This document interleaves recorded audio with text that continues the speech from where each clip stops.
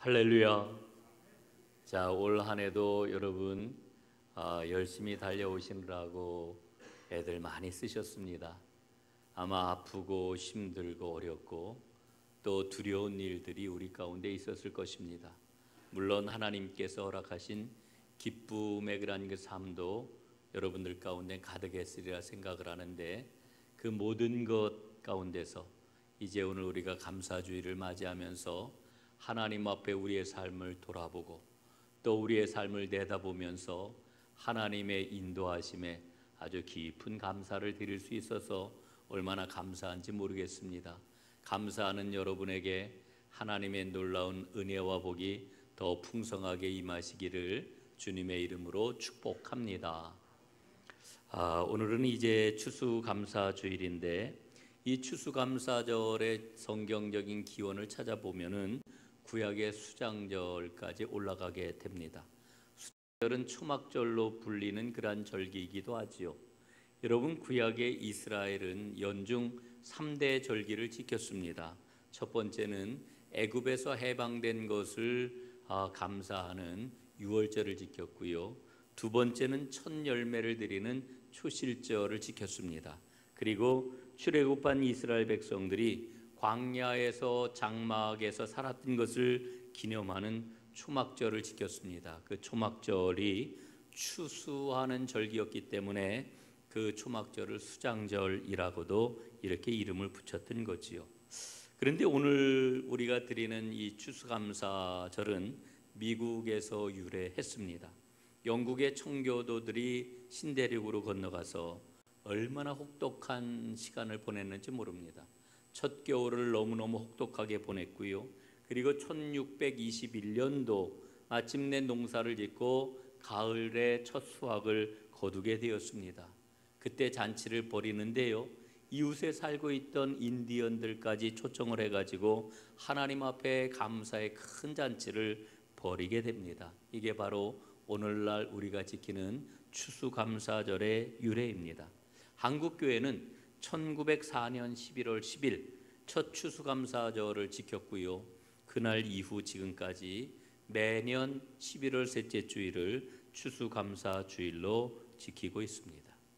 추수감사주일을 지키는 오늘, 저는 감사는 그리스도인의 존재 방식이다 라고 하는 고백을 여러분들과 나누려고 합니다.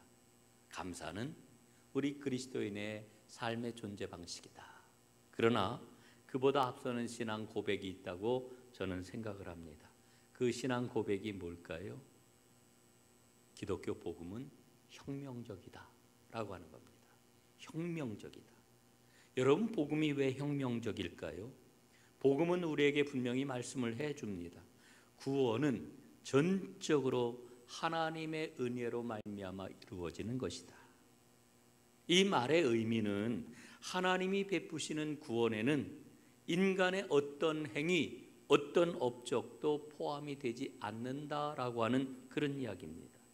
오로지 하나님의 긍휼하심에 따라 우리에게 베푸시는 은혜로 우리가 구원을 받는 거지요. 그렇게 우리는 구원을 받았습니다. 여러분, 그러니까 하나님이 베푸시는 구원의 은혜는 인간의 모든 행위를 무력화시키는 겁니다. 여러분, 이게 얼마나 혁명적이에요. 여러분, 세상에서 이런 진리를 누가 이야기를 해요? 우리는 흔히 하나님 앞에 모든 인간은 평등하다 이렇게 이야기를 하는데, 사실은 평등하다라고 하는 말보다는 동등하다라고 하는 말이 맞습니다. 여러분, 하나님 앞에 모든 인간이 동등하다라고 하는 이 말은 하나님의 은혜를 필요로 하지 않는 인간은 한 사람도 없다라고 하는 그런 이야기입니다. 인간 사회의 모든 일은 인간의 행위와 인간의 업적을 전제합니다. 그렇죠? 그러나 행위와 업적을 내세우면 내세울수록 하나님의 은혜가 자리할 곳은 없습니다. 여러분, 구약성경 창세기 11장에 보면은 바벨탑 이야기가 기록되어 있지요. 여러분, 이 바벨탑 이야기를 잘 보십시오. 먼 옛날 고대에 있었던 어떤 이야기를 전해주고 있는 게 아닙니다. 바벨탑을 쌓을 때 인간이 뭐라고 이야기를 했나요? 창세기 11장 4절에 보니까 자, 성읍과 탑을 건설하여 그 탑 꼭대기를 하늘에 닿게 하여 우리 이름을 내고 온 지면에 흩어짐을 면하자, 이렇게 이야기했습니다. 탑을 하늘에 닿게 하자. 그래서 우리의 이름을 드높이자. 우리의 힘으로 흩어짐을 면하자. 여러분, 이 말 속에서 우리는 무엇을 발견을 합니까? 인간은 자신의 힘과 능력을 자랑하고 싶어 하는구나. 성취와 업적을 통해서 하나님의 자리에 오르기를 원하는구나. 이걸 우리가 발견하는 거예요. 그런데 여러분, 바벨탑 그 모습을 보면서 오늘 우리 삶 가운데서 일어나고 있는 이와 같은 그러한 그 옛날 인간들의 모습이 여전히 우리 안에서 일어나고 있는 것을 보는 거지요. 여러분, 그렇기 때문에 바벨탑 사건은 옛날의 사건이 아니라 오늘 내 안에서, 오늘 우리 가운데서 일어나고 있는 현재적 사건이라고 하는 겁니다. 고린도전서 1장 29절에 보면은 이런 말씀을 들려주셔요. 이는 아무 육체도 하나님 앞에서 자랑하지 못하게 하려 하심이라 말씀을 합니다. 여러분, 하나님 앞에서 자랑하지 못하는 육체, 이 하나님이 원하시는 거예요. 여러분, 이 육체라고 하는 말은 인간의 혈통을 말합니다. 육체는 인간의 업적을 말합니다. 육체는 인간의 능력을 통칭하는 그와 같은 말이라고 하는 거지요. 그러니까 하나님 앞에서는 어느 누구도 자신을 과시하거나 자랑할 수가 없다라고 하는 그런 말씀이 되는 겁니다. 사랑하는 여러분, 진정으로 구원받은 사람은 이렇게 고백을 해요. 오로지 모든 것이 하나님의 은혜입니다. 예? 이 구원을 전적으로 은혜 가운데 받아들인 사람은 감사의 사람인 거지요. 여러분, 하나님의 은혜로 살아가고 계신가요?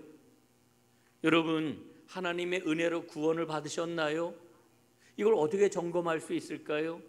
내 안에 감사가 있느냐 없느냐, 이걸 보면은 점검할 수가 있는 겁니다.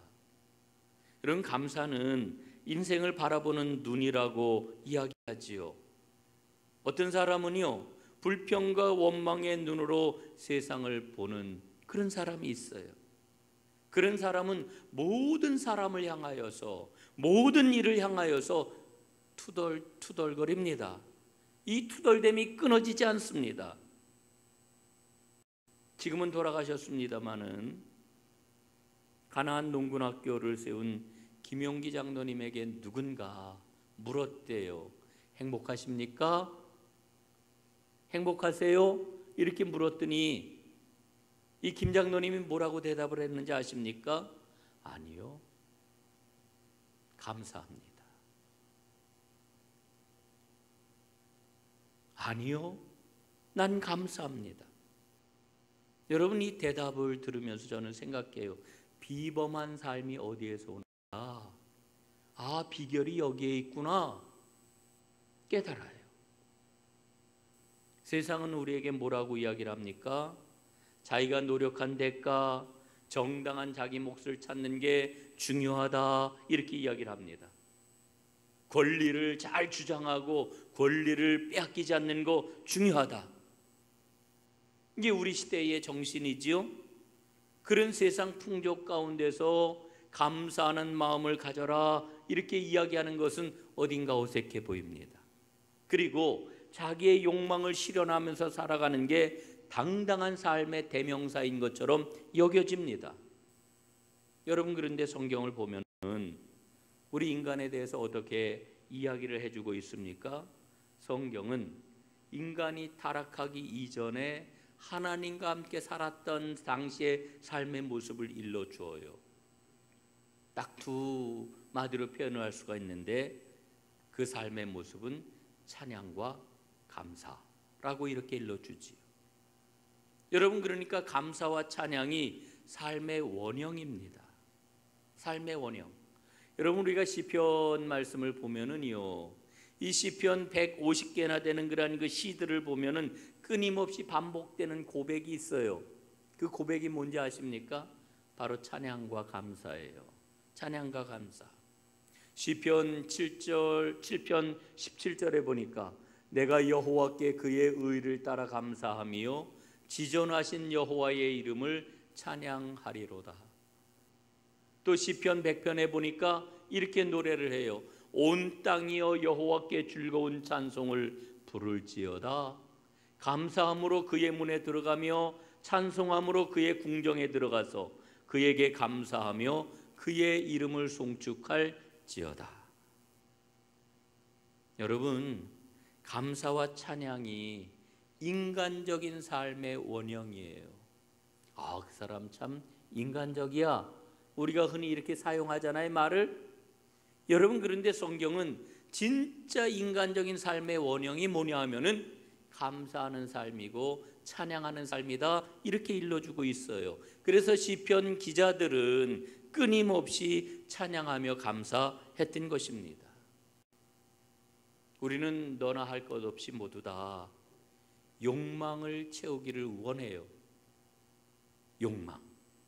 그 욕망은 우리 안에 있는 열정으로 이렇게 표현을 되기도 하는데, 여러분, 이 욕망이 결국은 무엇을 채우기를 원하는 걸로 나타납니까? 물질이나 지식이나 권력을 소유하는 걸로 그 모습을 드러내지요. 여러분, 처음에는 내가 물질을 가진 것처럼, 내가 물질을 소유한 것처럼 이렇게 보입니다. 내가 지식을 소유하고 권력을 손에 쥐었다고 이렇게 생각을 합니다. 그러나 어느 결에 보게 되면은요, 거꾸로 해요. 이런 욕망들이 나 자신을 소유하고 있는 것을 우리가 보지 않습니까? 그래서 어떻게 합니까? 물질이 시키는 대로 따라가잖아요. 물질이 명령하는 대로 순종하잖아요. 권력이 시키는 대로 따라가잖아요. 여러분, 욕망은 어느 결에 유사 하나님이 되어가지고 하나님을 대용하는 유사 하나님이 되어가지고 나에게 명령을 내린단 말이죠. 여러분, 이게 바로 우상입니다. 우상. 여러분, 우리는 우상을 다른 이방 신상 앞에 절을 하거나 그를 섬기는 것을 우상이라고 이렇게 쉽게 생각을 하는데, 성경이 일러주고 있는 우상은 보다 근원적이에요. 하나님 대신 우리가 숭배하고 하나님 대신 그 말을 듣고 하나님 대신 따라가는 게 있으면 그게 바로 우상이라는 거예요. 여러분, 우리 안에 우리 욕망이 우상이 되어 있습니다. 여러분, 그렇기 때문에 이 감사는 오늘을 살아가는 그리스도인들의 치열한 영적 싸움인 겁니다. 감사는 자기 욕망을 거슬러 올라가는 철저한 영적인 행위라고 하는 거지요. 여러분, 감사는 착하게 살자라고 하는 착한 마음의 표현이 아니에요. 인간관계를 잘 맺으려면 감사할 줄 알아야지 인간관계를 잘 맺는 기술이 아니에요. 좋은 마음, 부드러운 마음의 또 다른 표현이 아니에요. 여러분, 감사는 철저하게 내가 하나님의 은혜로 구원을 받았습니다. 나는 하나님의 사람입니다. 나는 하나님께 순종하며 이 생명의 길을 걸어갑니다 라고 하는 참 믿음의 고백, 이게 바로 감사라고 하는 거죠. 그래서 여러분, 저는 여러분들에게 말씀을 드려요. 잊지 마십시오. 가장 영적인 사람은 누구일까요? 감사하는 사람이에요. 감사하는 사람. 그래서 우리가 성경을 보면은 감사를 발견하잖아요. 성경은 감사의 책이다, 이렇게 이야기할 수 있죠.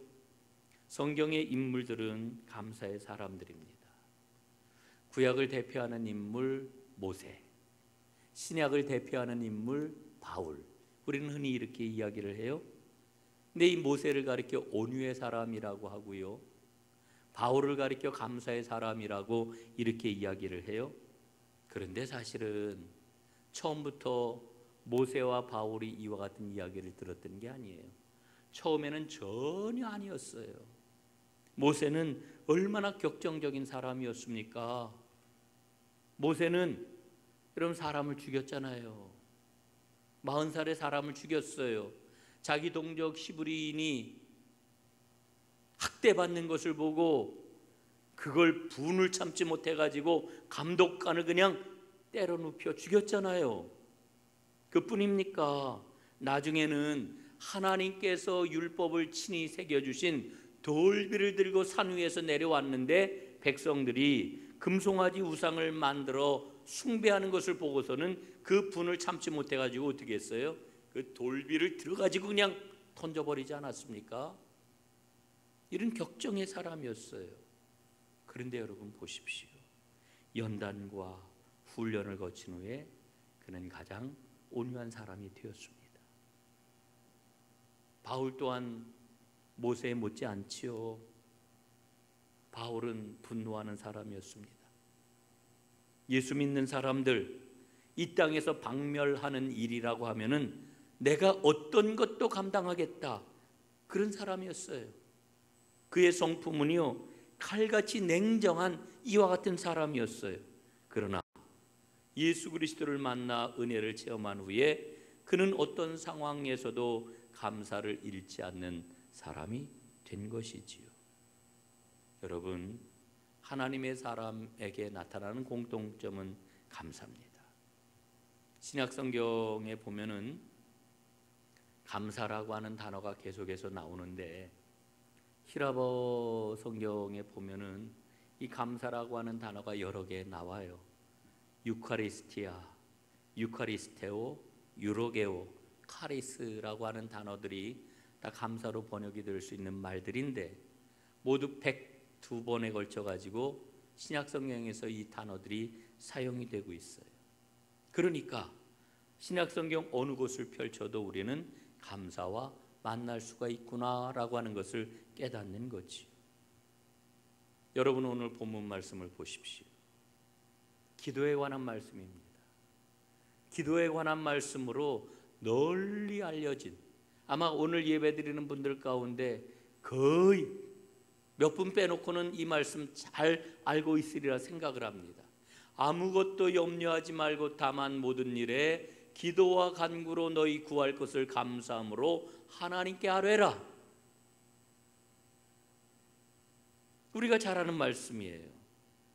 그런데 오늘 본문 말씀을 보니까요, 이 염려와 기도라고 하는 이 거듭 대조해서 일러주고 있어요. 염려하지 말고 기도해라, 염려하지 말고 간구해라, 염려하지 말고 아뢰라. 예? 지금 기도해라 하는 말을 3번에 걸쳐 반복을 하고 있는데 3번에 걸쳐 사실은 염려하지 말라고 하는 말과 대조를 하고 있는 겁니다. 그런데 이 짧은 기도에 관한 명령문 결론부에 감사함으로라고 하는 이 말이 첨가가 되어 있습니다.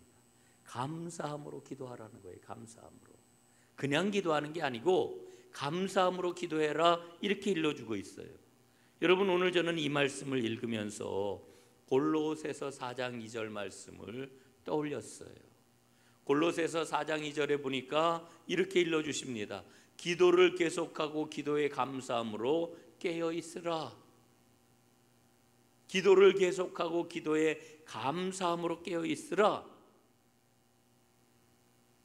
여러분, 이 구절을 어떤 성경은 이렇게 번역을 했습니다. 기도에 힘쓰고 깨어 감사하십시오. 기도에 힘쓰고 깨어 감사하십시오. 기도에 힘쓰는 자는 누구라고요? 깨어서 감사하는 사람이라는 거예요.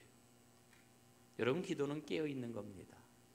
기도는 우리 하나님과 교통하는 거잖아요. 예? 감사가 깨어 있도록 나를, 감사가 깨어 있도록 우리를 지켜 주신다라고 하는 거지요. 그래서 기도에 깨어 있으라 이렇게 말씀을 하는 겁니다.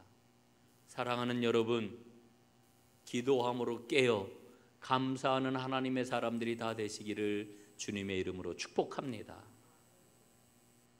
이 감사에 대한 하박국 선지자의 말씀을 한 구절 더 여러분과 나누어 보도록 하겠습니다. 하박국 3장 말씀인데요.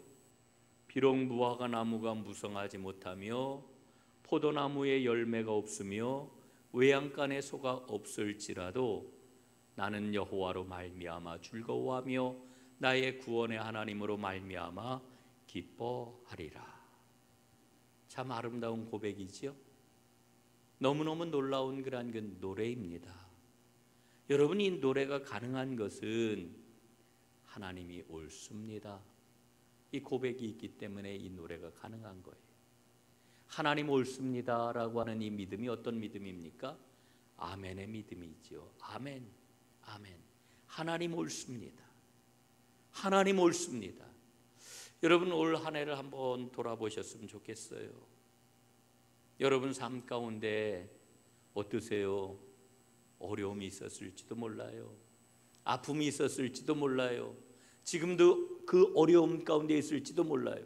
두려움이 나를 엄습했는지도 몰라요. 그런데 여러분, 돌아보면 하나님은 언제나 옳으셨습니다. 내가 보는 것하고 하나님이 보는 것하고 달라요. 우리는 내가 보는 것 가지고 하나님을 판단합니다. 그래서 한 걸음 더 나아가 하나님을 원망하지요. 그러나 지나고 나서 보면은요, 하나님이 옳으셨습니다. 언제나 옳으셔요. 여러분, 이것을 깨닫고 고백하는 그런 믿음의 자리에 섰으면 참 좋겠습니다. 여러분, 광야의 이스라엘을 보면은요, 그들은 망했어요. 왜 망했습니까? 불평과 원망으로 망했어요. 약속의 땅 가나안에 들어가서 안식을 누리지를 못했어요. 감사 대신 불평과 원망을 선택했기 때문이지요. 그래서 고린도전서 1장에 보면은 이런 말씀이 나옵니다. 그들 가운데 어떤 사람들이, 그들이 누구예요? 광야의 이스라엘이에요. 그들 가운데 어떤 사람들이 원망하다가 멸망시키는 자에게 멸망하였나니 너희는 그들과 같이 원망하지 말라. 어떻게 원망하지 않을 수 있을까요? 하나님이 옳으십니다. 이 아멘의 믿음을 가져야 돼요. 하나님이 옳습니다. 언제나 옳습니다. 하나님은 언제나 옳으셔요. 하나님은 합력하여 선을 이루시는 분이셔요. 모든 일을 다 합력하여 선을 이루게 하시느니라. 이게 하나님의 뜻이에요. 우리는 이 믿음의 확신을 꽉 붙잡아야 되는 거지요. 여러분, 감사는 하나님이 나를 지키시고 돌보신다라고 하는 믿음의 표현이에요. 원망은 하나님이 나와 함께하지 않으신다라고 하는 불신앙의 표현이에요. 여러분, 저는 이스라엘, 광야의 이스라엘 볼 때마다 참 어떻게 이런 일이 있을 수 있을까? 참 불가사의하게 전 생각을 합니다. 예? 이스라엘이 불평하고 원망하고 그러다가 약속의 땅 가나안에 들어가지 못하였다라고 하는 이 말씀을 읽을 때마다 참 이해하기 어렵다라고 하는 생각이 제 마음에 있어요. 왜 그런지 아십니까? 이스라엘은요, 매일매일 아침마다 하늘에서 하나님이 내려오시는 만나를 먹었어요. 매일같이 하나님이 밤에는 불기둥으로, 낮에는 구름기둥으로 그들을 보호하시고 동행하시는 이와 같은 증거가 늘 눈앞에 보였단 말이에요. 체험을 했단 말이에요. 그런데 어떻게 하나님을 불신하고 어떻게 하나님 앞에 원망하고 불평을 했을까? 여러분, 그 이유가 어디에 있을 것 같아요? 타성입니다. 무감각입니다. 당연하다고 생각했기 때문에 그래요. 여러분, 우리의 삶을 한번 돌아보세요. 내 삶이 당연한가요? 나에게 허락된 이 모든 것이 정말 마땅한 건가요? 지금 내 건강, 나의 자녀, 나의 가정, 나의 직업, 나의 수입, 나의 지위, 여러분, 이게 다 당연한 건가요? 여러분 어떻게 생각하세요? 여러분, 내 삶에 감사하는 마음이 없다라고 하면은 이 모든 것 다 당연하다고 생각할 거예요. 당연해. 심지어는 부족하다고 생각할 거예요. 여러분, 이스라엘이 그랬습니다. 광야의 이스라엘. 이거 당연한 거 아니야? 매일같이 일어나는 일인데 마땅한 거 아니야? 하나님이 베푸신 은혜 마땅하다고 무감각하게 받아들였던 거예요. 그래서 그들은 하나님께 대들고 하나님께 불평하고 하나님께 원망했어요.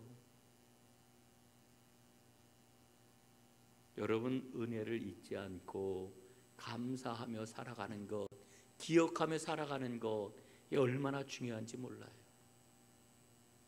널리 알려진 이야기 하나 여러분에게 소개하겠습니다.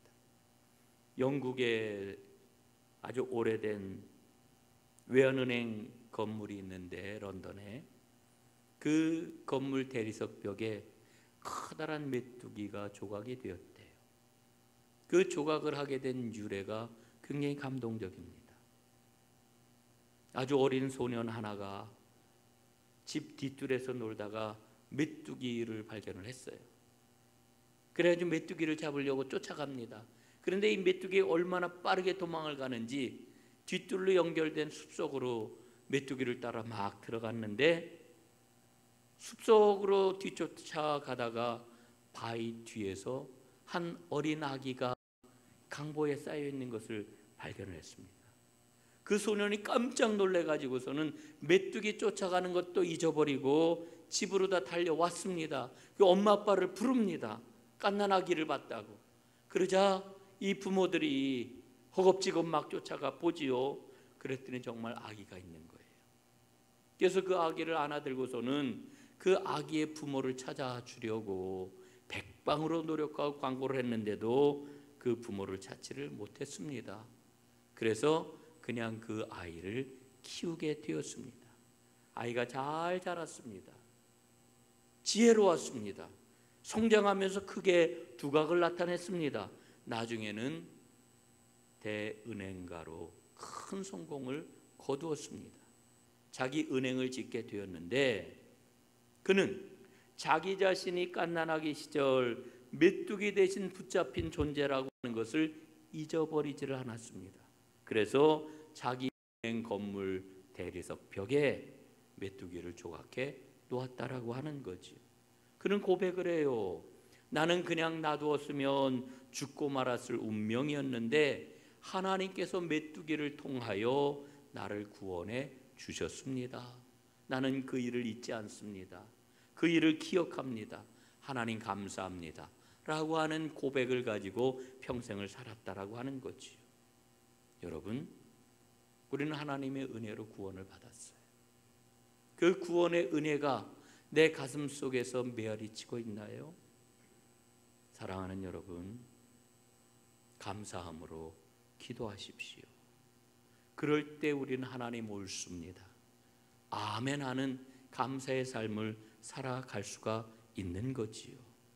이제 오늘 말씀을 마무리하도록 하겠습니다. 우리는 개종해야 됩니다. 진정으로 개종해야 합니다. 우리가 살아가는 세상은 불평과 원망의 신이 다스리는 세상입니다. 그런 세상에서 하나님께서는 우리를 구원하셔서 우리를 하나님의 백성 삼아 주셨습니다. 불평과 원망의 세상에서 감사의 종교로 우리를 구원해 주셨습니다. 여러분, 그러므로 우리는 감사하며 살아가야죠. 감사하며 사는 것은 하나의 덕목이 아니에요. 우리 신앙의 핵심입니다. 사랑하는 여러분, 감사하십시오. 그럴 때 하나님의 생명이 충만하게 될 것입니다. 감사할 때에 하나님께서 약속하신 모든 은혜와 축복이 우리 삶의 현실이 될 것입니다. 이 복을 마음껏 누리는 하나님의 백성들 다 되시기를 주님의 이름으로 축원합니다. 기도하겠습니다. 하나님 아버지, 오늘 추수감사주의를 지키면서 우리 믿음의 핵심이 감사임을 다시 한번 저희 마음에 새겼습니다. 진정으로 우리가 구원을 받았으니, 진정으로 하나님의 백성 되었으니 하나님의 그 은혜에 감사하며 언제나 오르신 하나님의 인도함을 받아 생명이 풍성한 삶을, 하나님 약속하신 모든 은혜와 복을 현실에서 맛보는 살아있는 하나님 축복의 주인공들이 다 되게 하옵소서. 예수님 이름으로 기도드리옵나이다. 아멘.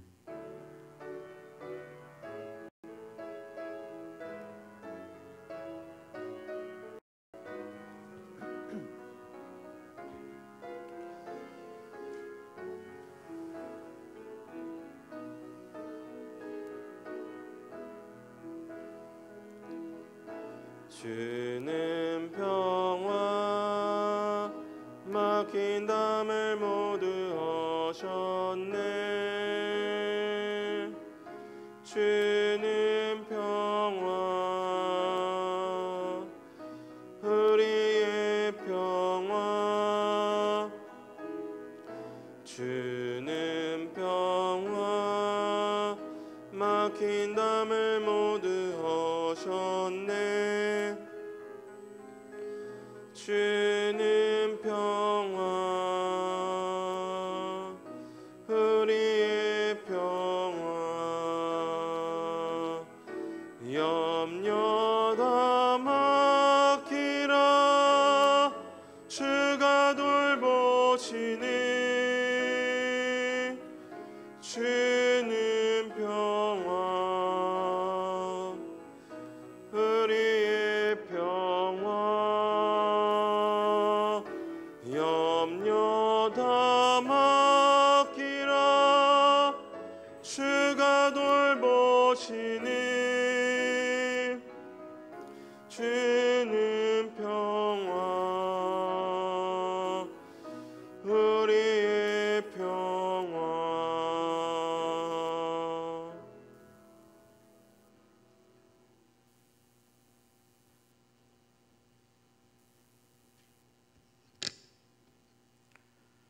이제는 우리 주 예수 그리스도의 크신 은혜와 아버지 하나님의 끝없고 놀라우신 그 사랑하심과 성령님의 감화, 감동, 위로, 교통하심이 이제 진정한 감사의 사람이 되어 구원받은 자로서 하나님의 은혜 가운데 우리에게 허락하신 모든 은총과 모든 축복을 마음껏 누리며 하나님의 영광을 드러내기를 간절히 소원하고 결심하는 하나님의 모든 백성들 위에와 그 가정과 일터와 사업장 위에, 그리고 이 나라 대한민국과 이 민족 위에 영원히 함께해 주옵시기를 축원하옵나이다. 아멘.